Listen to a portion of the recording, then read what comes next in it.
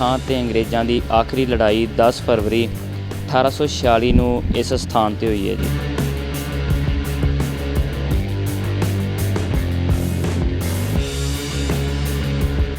ਜਦੋਂ ਵੀ ਜਿੰਨੀਆਂ ਵੀ ਮੁਦਕੀ ਤੇ ਫੇਰੂ ਸ਼ਹਿਰ ਦੇ ਵਿੱਚ ਜਿਹੜੀਆਂ ਤੋਪਾਂ ਕੁਝ ਸਿੱਖਾਂ ਦੀਆਂ ਬਰਬਾਦ ਹੋ ਗਈਆਂ, ਰਹਿੰਦੀਆਂ 67 ਤੋਪਾਂ ਤੇ 200 ਜੰਬੂਰ ਕੇ ਲੈ ਕੇ ਇੱਥੇ 9 ਫਰਵਰੀ ਨੂੰ ਇੱਥੇ ਸਾਰਾ ਤਿਆਰੀ ਕੀਤੀ ਜਾਂਦੀ ਹੈ।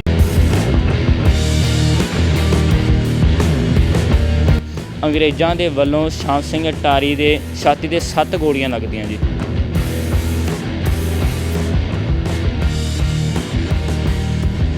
ਭਾਵੇਂ 50 ਸਾਲ ਸਿੱਖਾਂ ਨੇ ਰਾਜ ਕੀਤਾ, ਪਰ ਇਸ ਸਭਰਾਵਾਂ ਦਾ ਇਹ ਪਵਿੱਤਰ ਸਥਾਨ ਹੈ ਕਿ ਜਿੱਥੇ ਫੈਸਲਾ ਹੋ ਜਾਂਦਾ ਹੈ ਕਿ ਅੱਜ ਤੋਂ ਬਾਅਦ ਸਿੱਖ ਅੰਗਰੇਜ਼ਾਂ ਦਾ ਰਾਜ ਹੈ।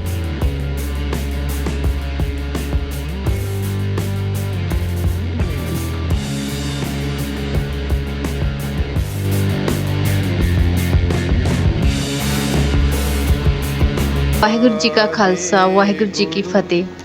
ਆਓ ਸੰਗਤ ਜੀ, ਅੱਜ ਤੁਹਾਨੂੰ ਦਰਸ਼ਨ ਦਿਦਾਰੇ ਕਰਾਉਂਦੇ ਹਾਂ ਉਸ ਪਾਵਨ ਪਵਿੱਤਰ ਧਰਤੀ ਦੇ, ਜਿੱਥੇ ਅੰਗਰੇਜ਼ਾਂ ਅਤੇ ਸਿੱਖਾਂ ਦੀ ਆਖਰੀ ਜੰਗ ਹੋਈ ਸੀ।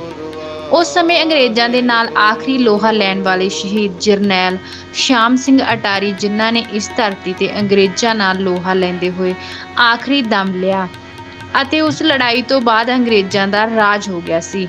ਆਓ ਪੂਰੇ ਇਤਿਹਾਸ ਬਾਰੇ ਤੁਹਾਨੂੰ ਜਾਣੂ ਕਰਾਉਂਦੇ ਹਾਂ। ਵਾਹਿਗੁਰੂ ਵਾਹਿਗੁਰੂ ਵਾਹਿਗੁਰੂ ਵਾਹਿਗੁਰੂ ਵਾਹਿਗੁਰੂ ਵਾਹਿਗੁਰੂ ਵਾਹਿਗੁਰੂ ਵਾਹਿਗੁਰੂ ਵਾਹਿਗੁਰੂ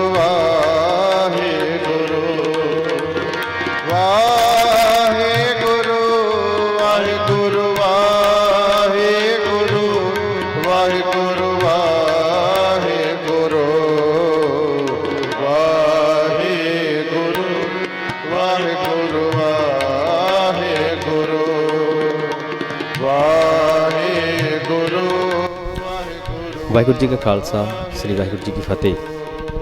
ਸਾਰੀਆਂ ਹੀ ਸੰਗਤਾਂ ਜਿੰਨੀਆਂ ਵੀ ਨਿਊਜ਼ ਪੰਜਾਬ ਦੀ ਚੈਨਲ ਦੇ ਨਾਲ ਜੁੜੀਆਂ ਨੇ, ਆਓ ਸੰਗਤ ਜੀ, ਅੱਜ ਤੁਹਾਨੂੰ ਅਸੀਂ ਦਰਸ਼ਨ ਦਿਦਾਰੇ ਕਰਾਵਾਂਗੇ ਗੁਰਦੁਆਰਾ ਸਰਦਾਰ ਸ਼ਾਮ ਸਿੰਘ ਜੀ ਅਟਾਰੀ, ਪਿੰਡ ਫਤਿਹਗੜ੍ਹ ਸਭਰਾ। ਇਹ ਇਤਿਹਾਸਿਕ ਗੁਰਦੁਆਰਾ ਸਾਹਿਬ ਹੈ। ਇੱਥੇ ਦੱਸਿਆ ਜਾਂਦਾ ਕਿ ਅੰਗਰੇਜ਼ਾਂ ਦੀ ਅਤੇ ਸਿੱਖਾਂ ਦੀ ਜਿਹੜੀ ਆਖਰੀ ਜੰਗ ਹੋਈ ਸੀ। ਤੋਂ ਸਾਡੇ ਨਾਲ ਜਥੇਦਾਰ ਜੀ ਹਾਜ਼ਰ ਨੇ, ਗੱਲਬਾਤ ਕਰਾਂਗੇ, ਸਾਰੀ ਜਾਣਕਾਰੀ ਵੀ ਲਵਾਂਗੇ ਗੁਰਦੁਆਰਾ ਸਾਹਿਬ ਬਾਰੇ। ਪਹਿਲਾਂ ਸਭ ਤੋਂ ਪਹਿਲਾਂ ਵਾਹਿਗੁਰੂ ਜੀ ਕਾ ਖਾਲਸਾ, ਵਾਹਿਗੁਰੂ ਜੀ ਕੀ ਫਤਿਹ ਜੀ।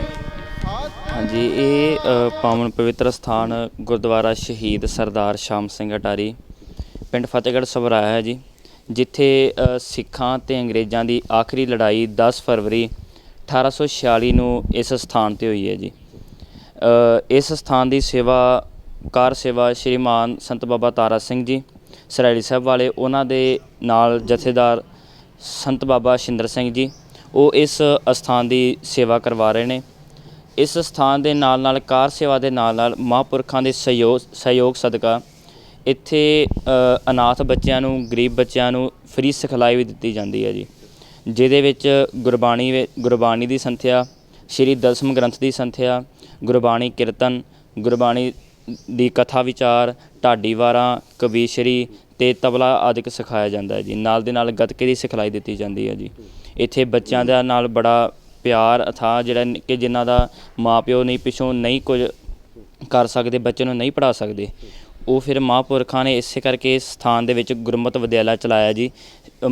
ਸ਼ਹੀਦ ਸਰਦਾਰ ਸ਼ਾਮ ਸਿੰਘ ਅਟਾਰੀ ਗੁਰਮਤ ਵਿਦਿਆਲਾ ਫਤਿਹਗੜ੍ਹ ਸਭਰਾ ਜੇ ਉਹਨਾਂ ਦੇ ਨਾਂ 'ਤੇ ਇਹ ਕਾਲਜ ਚਲਾਇਆ, ਵਿਦਿਆਲਾ ਚਲਾਇਆ ਜੀ, ਜੋ ਬੜੇ ਤਨਦੇਹੀ ਨਾਲ ਮਹਾਂਪੁਰਖ ਸਹਿਯੋਗ ਦੇ ਨਾਲ ਜੋ ਉਸਤਾਦ ਆਉਂਦੇ ਨੇ ਉਹ ਸਿਖਲਾਈ ਦੇ ਰਹੇ ਨੇ ਜੀ। ਇਸ ਦੇ ਨਾਲ ਨਾਲ ਹੀ ਇੱਥੇ ਇੱਕ ਗੁਰਮਤ ਕਾਲਜ ਵੀ ਚੱਲ ਰਿਹਾ ਜੀ, ਜਿਸ ਦੇ ਵਿੱਚ ਬੱਚੇ BA, MA, B.Ed, PhD ਦੀ ਪੜ੍ਹਾਈ ਫ੍ਰੀ ਕਰ ਰਹੇ ਨੇ। ਉਹਦੇ ਵਿੱਚ ਹਰੇਕ ਸਾਲ ਬੱਚਿਆਂ ਦੀ ਐਡਮਿਸ਼ਨ ਸੀਟਾਂ ਨਿਯਤ ਕੀਤੀਆਂ ਜਾਂਦੀਆਂ ਜੀ। ਉਹਦੇ ਵਿੱਚ ਬੱਚੇ ਹਰ ਸਾਲ ਆਉਂਦੇ ਨੇ, ਐਡਮਿਸ਼ਨ ਦਾਖਲਾ ਕਰਵਾਉਂਦੇ ਨੇ।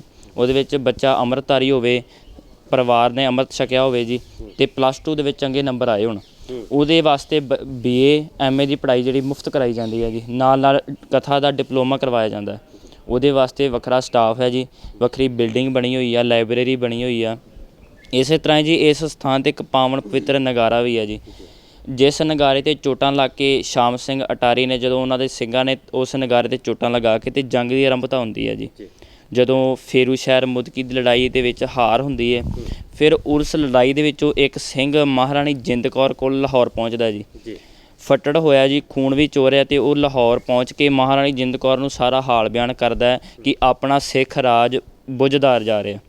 ਮਹਾਰਾਣੀ ਜਿੰਦ ਕੌਰ ਉਸੇ ਆਪਣੇ ਲਾਹੌਰ ਦੀ ਛੱਤ ਦੇ ਉੱਪਰ ਜਾ ਕਰਕੇ ਆਪਣੇ ਸਰਦਾਰ ਮਹਾਰਾਜਾ ਰਣਜੀਤ ਸਿੰਘ ਦੇ ਕਬਰਾਂ ਵੱਲ ਦੇਖਦੀ ਹੈ, ਤੱਕਦੀ ਹੈ, ਅਤੇ ਫਿਰ ਉਹਦੇ ਮਨ ਦੇ ਵਿੱਚ ਅਫਸੋਸ ਪੈਦਾ ਹੁੰਦਾ ਅਤੇ ਉਹਨਾਂ ਨੂੰ ਇੱਕ ਗੱਲ ਕਹਿੰਦੀ ਕਿ ਮਹਾਰਾਜਾ ਰਣਜੀਤ ਸਿੰਘ ਜੀ, ਹੁਣ ਮੈਨੂੰ ਦੱਸੋ ਕਿ ਰਾਜ ਖੁਸ਼ ਰਿਹਾ ਅਤੇ ਮੈਂ ਇਹਨੂੰ ਕਿਸ ਤਰ੍ਹਾਂ ਬਚਾਵਾਂ, ਕਿਸ ਨੂੰ ਮੈਂ ਹੋਕਾ ਦੇਵਾਂ, ਆਵਾਜ਼ ਦੇਵਾਂ ਕਿ ਜਿਹੜਾ ਇਸ ਜੰਗ ਦੇ ਵਿੱਚ ਫਤਿਹ ਪਾਵੇ।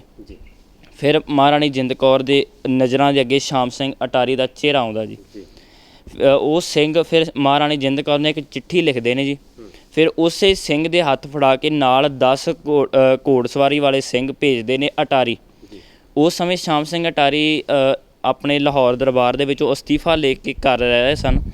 ਜਦੋਂ ਮਹਾਰਾਣੀ ਜਿੰਦ ਕੌਰ ਦੀ ਚਿੱਠੀ ਸਰਦਾਰ ਸ਼ਾਮ ਸਿੰਘ ਅਟਾਰੀ ਕੋਲ ਪਹੁੰਚਦੀ ਹੈ, ਅਤੇ ਉਹ ਜਦੋਂ ਸ਼ਾਮ ਸਿੰਘ ਅਟਾਰੀ ਜਿਵੇਂ ਜਿਵੇਂ ਚਿੱਠੀਆਂ ਪੜ੍ਹ ਰਹੇ ਨੇ, ਉਹਨਾਂ ਦੇ ਜਿਹੜੇ ਸਰੀਰਕ ਵਿੱਚ ਕੰਬਣੀ ਛੁੱਟਦੀ ਆ, ਕਿਉਂਕਿ ਸਿੱਖ ਰਾਜ ਦਾ ਦੀਵਾ ਬੁਝ ਜਾਣਾ, ਸਿੱਖ ਰਾਜ ਖੁੱਸਦਾ ਜਾ ਰਿਹਾ। ਤਾਂ ਜਦੋਂ ਸ਼ਾਮ ਸਿੰਘ ਅਟਾਰੀ ਨੇ ਸਾਰੀ ਚਿੱਠੀ ਨੂੰ ਪੜ੍ਹਦੇ ਨੇ, ਤਾਂ ਫਿਰ ਉਸੇ ਰਾਤ ਆਪਣੇ ਮੰਜੇ 'ਤੇ ਉਸਲਵੱਟੇ ਲਏ ਅਤੇ ਨੀਂਦ ਨਾ ਆਵੇ। ਅਤੇ ਜਦੋਂ ਫਿਰ ਉਹਨਾਂ ਨੇ ਚਿੱਠੀਆਂ ਲਿਖੀਆਂ ਜੀ, ਉਸੇ ਰਾਤ ਸਾਰੀ ਰਾਤ ਬਹਿ ਕਰਕੇ ਚਿੱਠੀਆਂ ਲਿਖੀਆਂ ਨੇ। ਸਵੇਰੇ ਉਸੇ ਸਿੰਘਾਂ ਨੂੰ ਭੇਜਿਆ ਕਿ ਤੁਸੀਂ ਪਿੰਡਾਂ ਦੇ ਵਿੱਚ ਜਾਓ, ਇਸ ਚਿੱਠੀ ਦੇ ਹੋਕੇ ਦੇਵੋ। ਜਦੋਂ ਪਿੰਡਾਂ ਦੇ ਵਿੱਚ ਹੋਕੇ ਵੱਜੇ, ਅਤੇ ਜਦੋਂ ਵੀ ਇੱਕ ਸ਼ਾਇਰ ਨੇ ਲਿਖਿਆ, ਕਹਿੰਦਾ ਉੱਧਰ ਘਰ ਘਰ ਹੋਣ ਲੱਗੀਆਂ ਜੁੱਧਾਂ ਦੀਆਂ ਗੱਲਾਂ, ਘਰ ਘਰ ਜਾ ਕੇ ਸੂਰਮੇ ਪਾਵਨ ਲਈ ਠੱਲਾਂ, ਕੋਈ ਕਹੇ ਮੈਂ ਪੁੱਤ ਨੂੰ ਰਣ ਅੰਦਰ ਘੱਲਾਂ, ਕੋਈ ਕਹੇ ਭੱਜ ਕੇ ਰਣ ਪਹਿਲੇ ਮੱਲਾਂ। ਇਹੋ ਜਿਹੀਆਂ ਬੜੀਆਂ ਸੋਹਣੀਆਂ ਕਵਿਤਾਵਾਂ ਸ਼ਾਇਰਾਂ ਨੇ ਲਿਖੀਆਂ ਨੇ। ਉਹ ਫਿਰ ਘਰ ਦੇ ਵਿੱਚ ਮਾਵਾਂ ਦੇ ਪੁੱਤਾਂ ਦੇ ਜਿਹੜੇ ਡੌਲੇ ਨੇ ਉਹ ਉੱਭਰਦੇ ਨੇ, ਉਹਨਾਂ ਦੇ ਵਿੱਚ ਜੋਸ਼ ਭਰਦਾ ਚਿੱਠੀਆਂ ਪੜ੍ਹ ਕੇ। ਫਿਰ ਸ਼ਾਮ ਸਿੰਘ ਅਟਾਰੀ ਕੋਲ ਪਹੁੰਚਦੇ ਨੇ ਜੀ। ਜਦੋਂ ਸ਼ਾਮ ਸਿੰਘ ਅਟਾਰੀ ਇੱਕ ਜਥਾ ਲੈ ਕੇ ਸ਼ਾਮ ਸਿੰਘ ਅਟਾਰੀ ਸਭਰਾਵਾਂ ਦੇ ਵੱਲ ਨੂੰ 9 ਫਰਵਰੀ ਨੂੰ ਇੱਥੇ ਪਹੁੰਚਦੇ ਨੇ। ਆਹ ਜਿਹੜਾ ਗੁਰਦੁਆਰਾ ਸਾਹਿਬ ਦੇ ਨਾਲ ਹੀ ਇੱਕ ਬੰਨ੍ਹ ਹੈ ਜੀ। ਉਸ ਸਮੇਂ ਪੁਰਾਣੇ ਸਮਿਆਂ ਦੇ ਵਿੱਚ ਬੰਨ੍ਹ ਜਿੱਥੇ ਸਕੂਲ ਆ ਜੀ, ਉੱਥੇ ਬੰਨ੍ਹ ਹੋਇਆ ਕਰਦਾ ਸੀ। ਇਸ ਬੰਨ੍ਹ 'ਤੇ ਫਿਰ ਜਦੋਂ ਬੰਨ੍ਹ ਦੇ ਪਰਲੇ ਪਾਸੇ ਜਿਹਨੂੰ ਵੱਡਾ ਸਭਰਾ ਪਿੰਡ ਕਹਿ ਦਿੰਦੇ ਨੇ, ਇੱਥੇ ਫਿਰ ਜਦੋਂ ਵੀ ਜਿੰਨੀਆਂ ਵੀ ਮੁਦਕੀ ਅਤੇ ਫੇਰੂ ਸ਼ਹਿਰ ਦੇ ਵਿੱਚ ਜਿਹੜੀਆਂ ਤੋਪਾਂ ਕੁਝ ਸਿੱਖਾਂ ਦੀਆਂ ਬਰਬਾਦ ਹੋ ਗਈਆਂ, ਰਹਿੰਦੀਆਂ 67 ਤੋਪਾਂ ਅਤੇ 200 ਜੰਬੂਰ ਕੇ ਲੈ ਕੇ ਇੱਥੇ 9 ਫਰਵਰੀ ਨੂੰ ਇੱਥੇ ਸਾਰਾ ਤਿਆਰੀ ਕੀਤੀ ਜਾਂਦੀ ਹੈ। ਤੇਜਾ ਸਿੰਘ, ਗੁਲਾਬ ਸਿੰਘ ਅਤੇ ਇਹਨਾਂ ਦੇ ਨਾਲ ਜੋ ਗਦਾਰੀ ਕਰਦੇ ਨੇ ਜਿਹੜੇ ਲਾਲ ਸਿੰਘ, ਉਸ ਸਮੇਂ ਦਾ ਜਿਹੜਾ ਹੁਣ ਦੇ ਸਮੇਂ ਦੇ ਵਿੱਚ ਕਹਿ ਲਓ ਕਿ ਮੁੱਖ ਮੰਤਰੀ ਸੀ ਪੰਜਾਬ ਦਾ, ਅਤੇ ਜਿਹੜਾ ਗੁਲਾਬ ਸਿੰਘ ਸੀ ਉਹ ਜੰਮੂ ਕਸ਼ਮੀਰ ਦਾ ਰਾਜਾ ਸੀ। ਅਤੇ ਇਸੇ ਤਰ੍ਹਾਂ ਤੇਜਾ ਸਿੰਘ, ਲਾਲ ਸਿੰਘ ਅਤੇ ਗੁਲਾਬ ਸਿੰਘ। ਤੇਜਾ ਸਿੰਘ ਇਸ ਜੰਗ ਦਾ ਕਮਾਂਡਰ ਇਨ ਚੀਫ ਸੀ। ਜਦੋਂ ਵੀ ਇਸ ਸਥਾਨ 'ਤੇ ਪਹੁੰਚਦੇ ਨੇ, ਅਤੇ 9 ਫਰਵਰੀ ਦੇ ਵਿੱਚ ਕੀ ਹੁੰਦਾ ਹੈ ਕਿ ਜਦੋਂ ਸ਼ਾਮ ਸਿੰਘ ਅਟਾਰੀ ਇਸ ਸਥਾਨ 'ਤੇ ਪਹੁੰਚੇ, ਇੱਕ ਇਹਨਾਂ ਨੇ ਚੌਂਕੀ ਤਿਆਰ ਕੀਤੀ, ਜਿਸ ਚੌਂਕੀ ਦੇ ਵਿੱਚ ਜਿੰਨੇ ਵੀ ਜੰਗ ਦੇ ਜਥੇਦਾਰ ਸੀ ਸਮੇਤ ਸ਼ਾਮ ਸਿੰਘ ਅਟਾਰੀ, ਇਹ ਸਾਰੇ 9 ਤਰੀਕ ਦੀ ਰਾਤ ਨੂੰ ਪਲੈਨਿੰਗ ਕਰਦੇ ਨੇ ਕਿ ਆਪਾਂ ਕਿਸ ਤਰ੍ਹਾਂ ਜੰਗ ਦੇ ਵਿੱਚ ਜੂਝਣਾ। ਅਤੇ ਉਸੇ ਸਮੇਂ ਜਿਹੜੀਆਂ 67 ਬਚੀਆਂ ਹੋਈਆਂ ਤੋਪਾਂ, ਫਿਰ 9 ਤਰੀਕ ਨੂੰ ਥੜੇ ਤਿਆਰ ਕੀਤੇ ਜਾਂਦੇ ਨੇ, ਜਿਹਦੇ 'ਤੇ ਤੋਪਾਂ ਸਜਾਈਆਂ ਜਾਂਦੀਆਂ। ਤਾਂ 200 ਜੰਬੂਰ ਕੇ ਸਿੰਘਾਂ ਨੇ ਫੜੇ ਨੇ, ਉਹ ਵੀ ਇੱਕ ਤਰ੍ਹਾਂ ਦਾ ਅਸਲਾ ਹੋਇਆ ਕਰਦਾ ਜੀ। ਜਦੋਂ ਸਾਰੀ ਪਲੈਨਿੰਗ ਹੋਈ, ਅਤੇ ਤੇਜਾ ਸਿੰਘ ਅਤੇ ਲਾਲ ਸਿੰਘ ਉਹ ਅੰਗਰੇਜ਼ਾਂ ਦੇ ਨਾਲ ਰਲੇ ਹੋਏ ਸੀ, ਅਤੇ ਉਹਨਾਂ ਨੇ ਕੀ ਕਰਦੇ ਨੇ ਕਿ ਜੋ ਵੀ 9 ਫਰਵਰੀ ਦੀ ਰਾਤ ਨੂੰ ਜੋ ਪਲੈਨਿੰਗ ਹੁੰਦੀ ਹੈ, ਉਹ ਅੰਗਰੇਜ਼ਾਂ ਦੇ ਕੋਲ ਰਾਤੋਂ ਰਾਤ ਭੇਜ ਦਿੰਦੇ ਨੇ ਕਿ ਸੁਬਾਹ ਤੁਸੀਂ ਸਵੇਰ ਦੇ ਸਮੇਂ ਹਮਲਾ ਕਰਨਾ। ਉਸ ਸਮੇਂ ਸਿੱਖ ਬਿਰਾਜਮਾਨ ਹੋ ਜਾਂਦੇ ਨੇ, ਆਸਣਾਂ ਦੇ ਵਿੱਚ ਨੇ, ਇਸ ਕਰਕੇ ਤੁਸੀਂ ਸਵੇਰੇ ਹਮਲਾ ਕਰ ਦੇਣਾ ਤਾਂ ਜੋ ਤੁਸੀਂ ਜੰਗ ਜਿੱਤ ਸਕੋ। ਸਾਰੀ ਪਲੈਨਿੰਗ ਅੰਗਰੇਜ਼ਾਂ ਦੇ ਕੋਲ ਪਹੁੰਚ ਜਾਂਦੀ ਹੈ ਜੀ। ਅੰਗਰੇਜ਼ਾਂ ਦੀਆਂ 4 ਪਲਟਨਾਂ ਵਾਰ ਕਰਦੀਆਂ ਨੇ। ਉਹ ਪਲਟਨਾਂ ਵੀ ਇਹੋ ਜਿਹੀਆਂ ਸੀ ਜਿਹੜੀਆਂ ਕਦੀ ਵਾਰ ਨਹੀਂ ਸੀ ਕੀਤਾ, ਇਹੋ ਜਿਹੀਆਂ ਤਕੜੀਆਂ ਸੀ ਜਿਨ੍ਹਾਂ ਦੀ ਲੋੜ ਹੀ ਨਹੀਂ ਪਈ। ਬੜੀਆਂ ਬਹਾਦਰ ਪਲਟਨਾਂ ਸੀ ਅੰਗਰੇਜ਼ਾਂ ਦੇ ਕੋਲ। ਇੱਧਰ ਸ਼ਾਮ ਸਿੰਘ ਅਟਾਰੀ ਨੇ ਜਦੋਂ ਸਵੇਰੇ ਪਤਾ ਲੱਗਾ ਅੰਮ੍ਰਿਤ ਵੇਲੇ ਕਿ ਅੰਗਰੇਜ਼ਾਂ ਨੇ ਤੋਪਾਂ ਨੂੰ ਗੋਲਾ ਵਿਖਾ ਦਿੱਤਾ, ਤੋਪਾਂ ਨੂੰ ਅੱਗ ਵਿਖਾ ਦਿੱਤੀ ਹੈ, ਫਿਰ ਸ਼ਾਮ ਸਿੰਘ ਅਟਾਰੀ ਸਾਰੇ ਸਿੰਘ ਤਿਆਰ ਸੀ। ਸਿੰਘ ਹਮੇਸ਼ਾ ਤਿਆਰ ਹੋਇਆ ਕਰਦਾ। ਸਿੰਘਾਂ ਨੇ ਜਦੋਂ ਆਪਣੇ ਤੋਪਾਂ ਨੂੰ ਗੋਲਿਆਂ ਨੂੰ ਅੱਗ ਵਿਖਾਉਂਦੀ ਹੈ, ਅਤੇ 3 ਘੰਟੇ ਲਗਾਤਾਰ ਗੋਲਾਬਾਰੀ ਹੁੰਦੀ ਹੈ। 10 ਫਰਵਰੀ 1846 ਨੂੰ 3 ਘੰਟੇ ਗੋਲਾਬਾਰੀ ਚੱਲਦੀ ਹੈ। ਉਸ ਤੋਂ ਬਾਅਦ ਫਿਰ ਉਹਨਾਂ ਦਾ ਜਿਹੜੀ ਫੌਜ ਇੱਧਰੋਂ ਸਿੰਘਾਂ ਦੇ ਜਿਹੜੇ ਜਥੇ ਨੇ ਉਹ ਬੰਨ੍ਹ ਟੱਪ ਕੇ ਫਿਰ ਇੱਥੇ ਜੰਗ ਦੀ ਤਿਆਰੀ ਕਰਦੇ ਨੇ। ਸਿੰਘ 4 ਜਥਿਆਂ ਦੇ ਵਿੱਚ 4 ਹਿੱਸਿਆਂ ਦੇ ਵਿੱਚ ਖੜ੍ਹਦੇ ਨੇ। ਇੱਕ ਪਾਸੇ ਸਰਦਾਰ ਮਾਨ ਸਿੰਘ ਸੀ, ਦੂਸਰੇ ਪਾਸੇ ਸ਼ਾਮ ਸਿੰਘ ਅਟਾਰੀ, ਇਸੇ ਤਰ੍ਹਾਂ 4 ਕਮਾਂਡਰ ਇਨ ਚੀਫ ਸਨ। ਉਹਨਾਂ ਨੇ ਸਾਰੀ ਜਿਹੜੇ ਆ ਇਹਨਾਂ ਦਾ ਪ੍ਰਬੰਧ ਸਾਂਭਿਆ। ਅਤੇ ਜਦੋਂ ਜੰਗ ਆਰੰਭ ਹੁੰਦੀ ਹੈ ਅਤੇ ਸ਼ਾਮ ਸਿੰਘ ਅਟਾਰੀ ਇੱਕ ਵਾਰੀ ਸਾਰੇ ਸਿੰਘਾਂ ਨੂੰ ਹੱਲਾ ਬੋਲਦੇ ਨੇ, ਹੱਲਾਸ਼ੇਰੀ ਦਿੰਦੇ ਕਿ ਸਿੰਘੋ ਤਿਆਰ ਬਰ ਤਿਆਰ ਹੋ ਜਾਓ, ਜਾਂ ਤਾਂ ਆਪਾਂ ਇਸ ਜੰਗ ਦੇ ਮੈਦਾਨ ਦੇ ਵਿੱਚ ਮਰ ਜਾਵਾਂਗੇ ਅਤੇ ਜਾਂ ਆਪਾਂ ਇਸ ਜੰਗ ਦੇ ਮੈਦਾਨ 'ਚੋਂ ਜਿੱਤ ਕੇ ਅਸਲ ਜਿੱਤ ਪ੍ਰਾਪਤ ਕਰਕੇ ਜਾਵਾਂਗੇ। ਸ਼ਾਹ ਮੁਹੰਮਦ ਨੇ ਬੜਾ ਸੋਹਣਾ ਲਿਖਿਆ, ਕਹਿੰਦਾ ਕਿ ਜੰਗ ਹਿੰਦ ਪੰਜਾਬ ਦਾ ਆਉਣ ਲੱਗਾ। ਉਸ ਸਮੇਂ ਇੱਕ ਪੰਜਾਬ ਵੀ ਇੱਕ ਰਾਜ ਹੋਇਆ ਕਰਦਾ ਸੀ। ਜੰਗ ਹਿੰਦ ਪੰਜਾਬ ਦਾ ਹੋਣ ਲੱਗਾ, ਦੋਵੇਂ ਪਾਸੇ ਫੌਜਾਂ ਭਾਰੀਆਂ ਨੇ, ਇੱਕ ਹੋਵੇ ਸਰਕਾਰ ਦਾ ਮੁੱਲ ਪਾਵੇ, ਜਿਹੜੀਆਂ ਖਾਲਸੇ ਨੇ ਤੇਗਾਂ ਮਾਰੀਆਂ ਨੇ। ਐਸੀਆਂ ਸਿੰਘਾਂ ਨੇ ਤੇਗਾਂ ਮਾਰੀਆਂ, ਹਾਥੀ ਗੋਲਿਆਂ ਸਣੇ ਉੱਡਣ, ਹਾਥੀ ਢਹਿੰਦੇ ਸਣੇ ਉਬਾਰੀਆਂ ਨੇ। ਸ਼ਾਹ ਮੁਹੰਮਦਾਂ ਇੱਕ ਸਰਕਾਰ ਬਾਝੋਂ ਫੌਜਾਂ ਜਿੱਤ ਕੇ ਅੰਤ ਨੂੰ ਹਾਰੀਆਂ ਨੇ। ਇਹ ਜਿਹੜਾ ਜੰਗ ਦਾ ਮੈਦਾਨ ਜੋ ਘਮਸਾਣ ਦਾ ਯੁੱਧ ਹੈ ਉਹ ਲੜਿਆ ਜਾਂਦਾ। ਮੇਰੇ ਵਿਚਾਰ ਨੇ ਕਿ ਇਹ ਜਿਹੜੀ ਸਭਰਾਵਾਂ ਦੀ ਜ਼ਮੀਨ ਵੀ ਇਹ ਸੋਚਦੀ ਹੋਊਗੀ, ਉਹ ਵੀ ਆਪਣੇ ਅੱਖਾਂ ਦੇ ਵਿੱਚੋਂ ਹੰਝੂ ਘੇਰਦੀ ਹੋਵੇਗੀ ਕਿ ਇਹ ਤਸ਼ੱਦਦ, ਕਿਉਂਕਿ ਅੱਜ ਇਸ ਅਸਥਾਨ 'ਤੇ ਸਿੱਖ ਰਾਜ ਦਾ ਦੀਵਾ ਹੀ ਬੁੱਝ ਜਾਣਾ, ਸਿੱਖ ਰਾਜ ਖਤਮ ਹੋ ਜਾਣਾ। ਇਸ ਕਰਕੇ ਇਹ ਸਭਰਾਵਾਂ ਦੀ ਧਰਤੀ ਬੜੀ ਪਵਿੱਤਰ ਧਰਤੀ ਹੈ। ਮਹਾਂਪੁਰਖ ਕਹਿ ਕਰਦੇ ਨੇ ਕਿ ਜਦੋਂ ਜਿੱਥੇ ਵੀ ਇੱਕ ਸ਼ਹੀਦ ਦਾ ਖੂਨ ਡੁੱਲ ਜਾਵੇ ਨਾ, ਬੜੀ ਪਵਿੱਤਰ ਧਰਤੀ ਮੰਨੀ ਜਾਂਦੀ। ਇੱਥੇ ਤਾਂ ਬੇਅੰਤ ਸਿੰਘਾਂ ਨੇ ਆਪਣਾ ਖੂਨ ਡੋਲਿਆ, ਬੇਅੰਤ ਜਰਨੈਲਾਂ ਨੇ ਖੂਨ ਡੋਲਿਆ। ਇਸੇ ਤਰ੍ਹਾਂ ਜੀ ਫਿਰ ਜੰਗ ਚੱਲਦੀ ਹੈ, ਕੁਝ ਸਿੰਘ ਸ਼ਹੀਦ ਹੁੰਦੇ ਨੇ, ਅਤੇ ਜਦੋਂ ਅੰਗਰੇਜ਼ਾਂ ਦੇ ਵੱਲੋਂ ਤੇਜਾ ਸਿੰਘ ਅਤੇ ਲਾਲ ਸਿੰਘ ਨੂੰ ਇਸ਼ਾਰਾ ਹੁੰਦਾ ਕਿ ਤੁਸੀਂ ਹੁਣ ਭੱਜ ਜਾਵੋ, ਫਿਰ ਤੇਜਾ ਸਿੰਘ ਲਾਲ ਸਿੰਘ ਜਾਂਦਿਆਂ ਜਿਹੜਾ ਪੁਲ ਸੀ ਜਿਸ ਰਾਹੀਂ ਉਸ ਪੁਲ ਨੂੰ ਪਾਰ ਕਰਕੇ ਸਭਰਾਵਾਂ ਦੇ ਜੰਗ ਦੇ ਵਿੱਚ ਮੈਦਾਨ ਵਿੱਚ ਆਉਣਾ ਸੀ, ਉਹ ਪੁਲ ਵੀ ਰੋੜ ਜਾਂਦੇ ਨੇ। ਅਤੇ ਬਰੂਦ ਦੇ ਵਿੱਚ ਅਸਲੇ ਦੇ ਵਿੱਚ ਸਾਰੀ ਰੇਤਾ ਅਤੇ ਸਰੋਂ ਭੇਜ ਦਿੱਤੀ ਕਿ ਇਹਨਾਂ ਦਾ ਜਿਹੜਾ ਸਿੱਖਾਂ ਦਾ ਅਸਲਾ ਹੀ ਨਾ ਚੱਲੇ। ਜਦੋਂ ਇੰਨੀ ਗੱਲ ਸ਼ਾਮ ਸਿੰਘ ਅਟਾਰੀ ਨੂੰ ਪਤਾ ਲੱਗਾ ਕਿ ਹੁਣ ਬਰੂਦ ਖਤਮ ਹੋ ਗਿਆ, ਰੇਤਾ ਸਰੋਂ ਆ ਗਈ, ਬਰੂਦ ਨਹੀਂ ਚੱਲਣਾ, ਫਿਰ ਸ਼ਾਮ ਸਿੰਘ ਅਟਾਰੀ ਨੇ ਇੱਕ ਵਾਰੀ ਫਿਰ ਹੱਲਾਸ਼ੇਰੀ ਦਿੱਤੀ ਕਿ ਸਿੰਘੋ ਹੁਣ ਤਾਂ ਤੈਅ ਹੈ ਕਿ ਆਪਾਂ ਮਰ ਮਿਟ ਜਾਣਾ, ਪਰ ਜੂਝ ਕੇ ਮਰਨਾ। ਇਸ ਅਕਾਲ ਪੁਰਖ ਨੂੰ ਧਿਆ ਕੇ ਚਰਨਾਂ ਦੇ ਵਿੱਚ ਅਰਦਾਸ ਕਰਕੇ ਸ਼ਾਮ ਸਿੰਘ ਅਟਾਰੀ ਜੂਝੇ ਨੇ, ਹੱਥ ਵਿੱਚ ਕਿਰਪਾਨ ਫੜ ਕੇ। ਅਤੇ ਲਿਖਾਰੀਆਂ ਨੇ ਲਿਖਿਆ, ਪ੍ਰੋਫੈਸਰ ਗੰਡਾ ਸਿੰਘ ਨੇ ਲਿਖਿਆ ਕਿ ਸ਼ਾਮ ਸਿੰਘ ਅਟਾਰੀ ਇੰਨੀ ਜੋਸ਼ ਦੇ ਨਾਲ ਕਿਰਪਾਨ ਵਾਈ ਹੈ ਕਿ ਜਦੋਂ ਉਹਨਾਂ ਦਾ ਕਿਰਪਾਨ ਦੇ ਮੁੱਠੇ ਦੇ ਵਿੱਚ ਹੱਥ ਫਸ ਗਿਆ, ਉਹਨਾਂ ਦੇ ਹੱਥ ਦੇ ਵਿੱਚ ਸੋਜ ਭਰ ਗਈ। ਅਤੇ ਜਦੋਂ ਉਹ ਸ਼ਾਮ ਸਿੰਘ ਅਟਾਰੀ ਜੂਝਦੇ ਨੇ, ਪਹਿਲਾਂ ਉਹਨਾਂ ਦੀ ਘੋੜੀ ਦੇ ਸੀਨੇ 'ਤੇ ਗੋਲੀਆਂ ਲੱਗਦੀਆਂ ਨੇ, ਉਹ ਡਿੱਗ ਪੈਂਦੀ ਹੈ। ਫਿਰ ਸ਼ਾਮ ਸਿੰਘ ਅਟਾਰੀ ਥੱਲੇ ਆਣ ਕਰਕੇ ਜੰਗ ਦੇ ਮੈਦਾਨ ਵਿੱਚ ਜੂਝਦੇ ਨੇ। ਅਖੀਰ ਫਿਰ ਜੰਗ ਦੇ ਮੈਦਾਨ ਦੇ ਵਿੱਚ ਅੰਗਰੇਜ਼ਾਂ ਦੇ ਵੱਲੋਂ ਸ਼ਾਮ ਸਿੰਘ ਅਟਾਰੀ ਦੇ ਛਾਤੀ 'ਤੇ 7 ਗੋਲੀਆਂ ਲੱਗਦੀਆਂ ਜੀ। ਅੰਗਰੇਜ਼ਾਂ ਦੇ ਵੱਲੋਂ ਸ਼ਾਮ ਸਿੰਘ ਅਟਾਰੀ ਦੇ ਸੀਨੇ 'ਤੇ 7 ਗੋਲੀਆਂ ਲੱਗਦੀਆਂ ਨੇ। ਸ਼ਾਮ ਸਿੰਘ ਅਟਾਰੀ ਉਸ ਪਰਮੇਸ਼ਰ ਨੂੰ ਧਿਆ ਕੇ ਇੱਥੇ ਸ਼ਹੀਦ ਹੋ ਜਾਂਦੇ ਨੇ।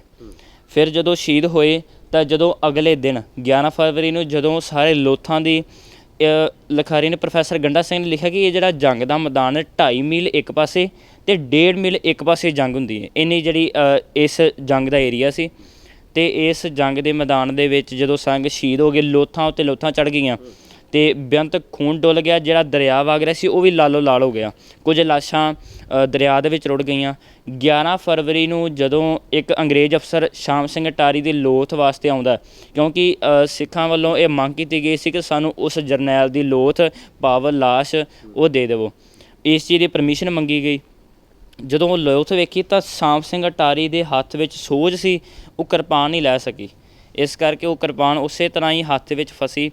ਤਾਂ ਜਦੋਂ ਸ਼ਾਮ ਸਿੰਘ ਅਟਾਰੀ ਨੂੰ ਵੇਖਿਆ ਅਤੇ ਉਹ ਅੰਗਰੇਜ਼ ਅਫਸਰ ਨੇ ਉਹ ਸ਼ਾਮ ਸਿੰਘ ਅਟਾਰੀ ਨੂੰ ਸਲੂਟ ਮਾਰ ਕੇ ਆਖਿਆ, ਤੁਸੀਂ ਹਾਰੇ ਨਹੀਂ, ਤੁਹਾਨੂੰ ਹਰਾਇਆ ਗਿਆ ਅਤੇ ਅਸੀਂ ਜਿੱਤੇ ਨਹੀਂ, ਸਾਨੂੰ ਜਿਤਾਇਆ ਗਿਆ।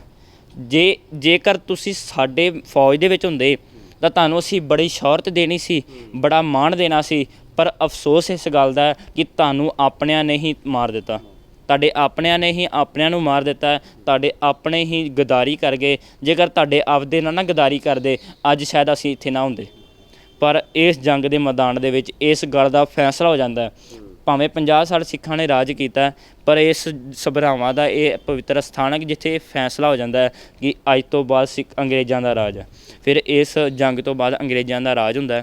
ਇੱਥੇ ਲਾਗਲੇ ਪਿੰਡ ਜੀ, ਪਿੰਡ ਰੋਡੇ ਵਾਲਾ, ਉੱਥੇ ਜਦੋਂ ਵੀ ਇਹ ਅੰਗਰੇਜ਼ਾਂ ਦੀ ਧਾਰਨਾ ਰਹੀ ਹੈ ਕਿ ਜਿੱਥੇ ਵੀ ਜੰਗ ਜਿੱਤਦੇ ਉੱਥੇ ਇੱਕ ਬੁਰਜ ਬਣਾਇਆ ਕਰਦੇ ਸੀ।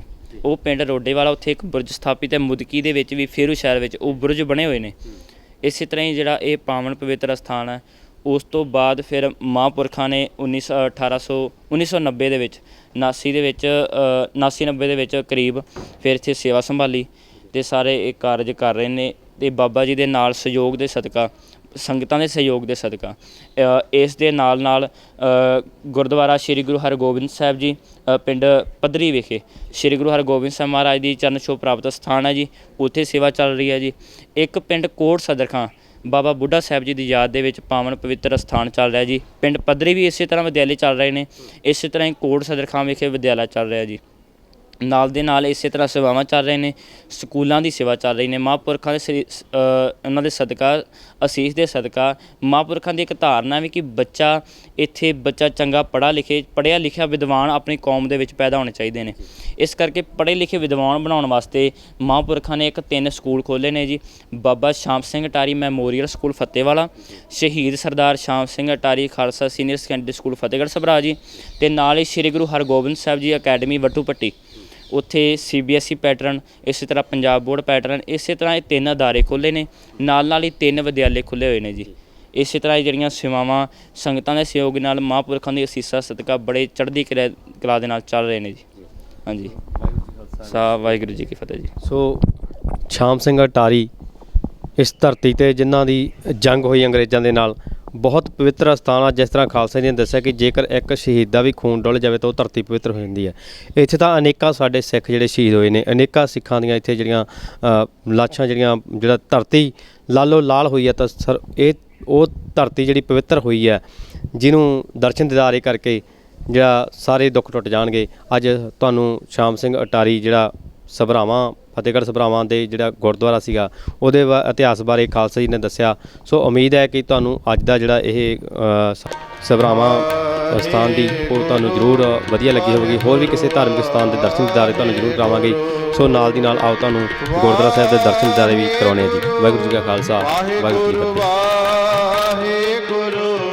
ਵਾਹਿਗੁਰੂ ਵਾਹਿਗੁਰੂ